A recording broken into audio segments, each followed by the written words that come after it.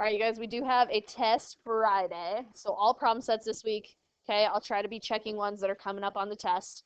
A lot of the ones I'm checking today are on the test. All right, this is called consecutive odd and consecutive even integers, and then fraction and decimal word problems, okay? So consecutive odd and even. So first of all, we did consecutive integers. Somebody tell me a list of consecutive integers. Yes, Andrew. 10, 11, 12, Okay, 13. everyone good? That's consecutive integers. 10, 11, 12, 13, right? They're right in a row. Somebody raise your hand and tell me what you think consecutive odds are. Can you tell me consecutive odd integers? Hanifa. Yes. Consecutive odds would be like 1, 3, 5, 7. Or you could start with a -7, -5, -3, -1. Okay, those are consecutive odd numbers, all right, or integers. All right, how about consecutive even integers? Somebody raise your hand different can give me a list of consecutive even integers. Ellie? 2, 4, 6, 8. Who do we appreciate? Yep. All right. Those are consecutive evens. All right. How far away is the number from 1 to 3? 2. How about from 3 to 5? And 5 to 7? How far away is from 2 to 4? And 4 to 6? It's 2 away, whether it's odds or evens. Everyone agree? It doesn't matter if you're doing odds or evens. They're 2 away from each other all the time. All right? So when you write down your numbers, they're going to be n plus 2, n plus 4. All right? Whether you do evens or odds, and I would list these as evens or odds.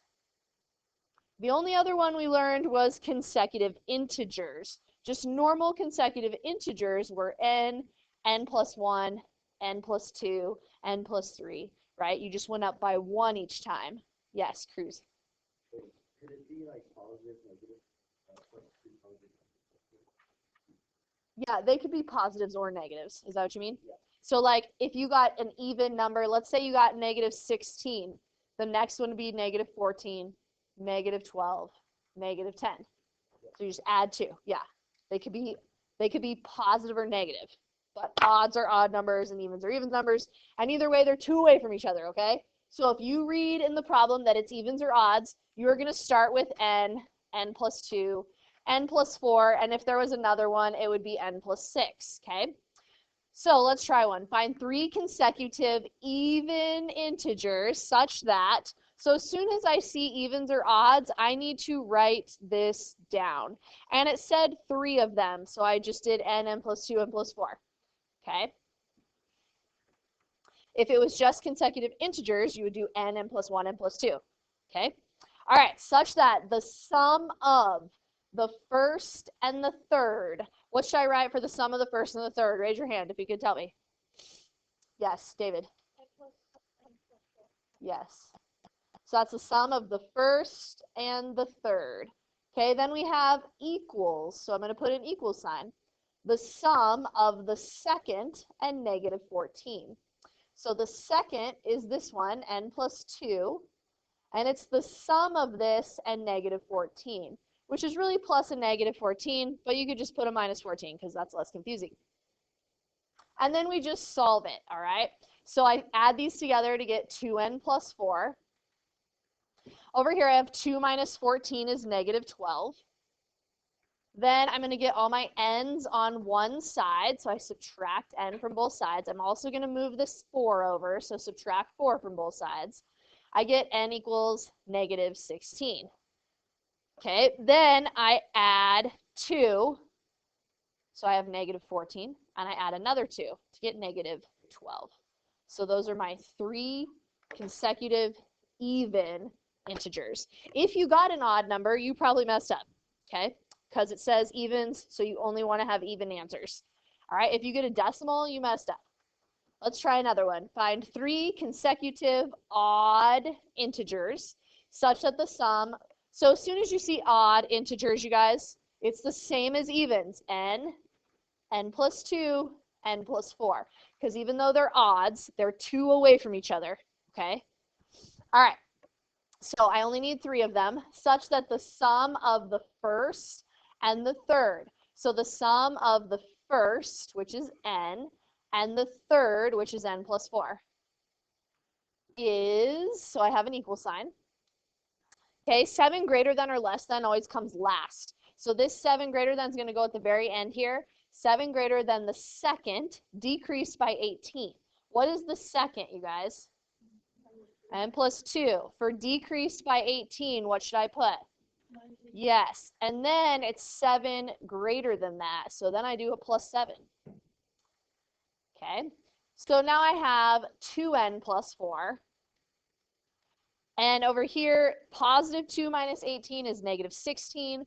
Plus 9 or plus 7 is negative 9. All right, and then I want to subtract n from both sides, subtract 4 from both sides. So I get n is equal to, that's a 4. My brain is like trying to work ahead or something. All right, negative 13.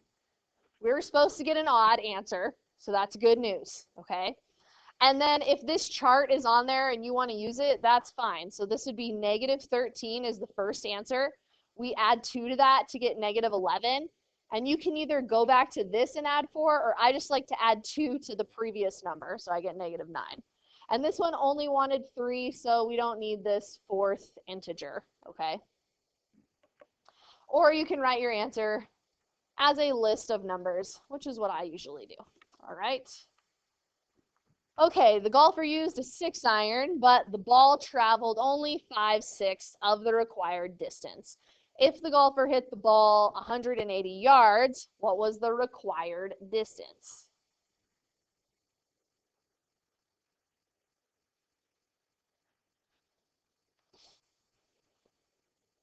All right, so this is a fraction box. The ball traveled 5/6 of the required distance. What do you guys think we should put for our letters here? What? RQ, required? Yeah, we could say here's how far it traveled, here's how far it did not travel, and like the total or the total required, okay? So the golfer's ball, he went 5/6, so it traveled 5/6, which means how much did it not travel? 1/6. And fraction boxes always add to 1, okay? So your fractions go in the middle, and they add to 1. Your percent boxes always add to 100, all right? Now it says, if the golfer hit the ball 180 yards, that's how far it traveled, okay? It went 180 yards. What was the required distance? That's the total, okay? Cross off your middle one, cross multiply, so I would do 5/6x equals 1 times 180, and then I would multiply by the reciprocal here, so multiply by 6/5, okay?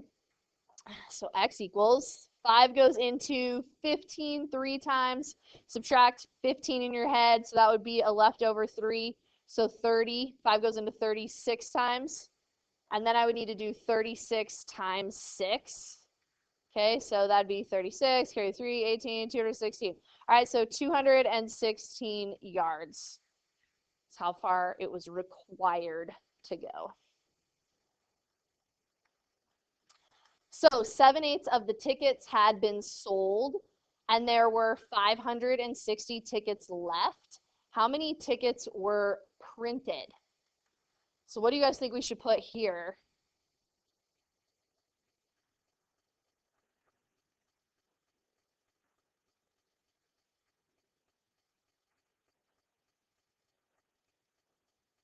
Yep, Sonia.